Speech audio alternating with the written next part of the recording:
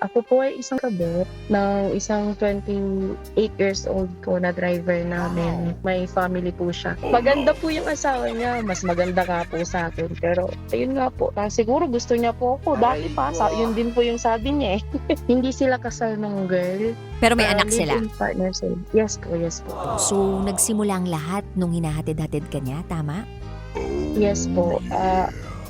Although, kilala ko naman na po siya, matagal na. Ayun nga po, siguro dala lang ng init ng katawan.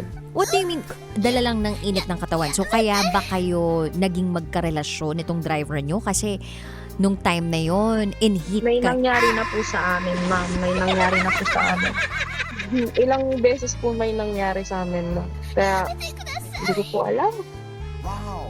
Malandi po ako.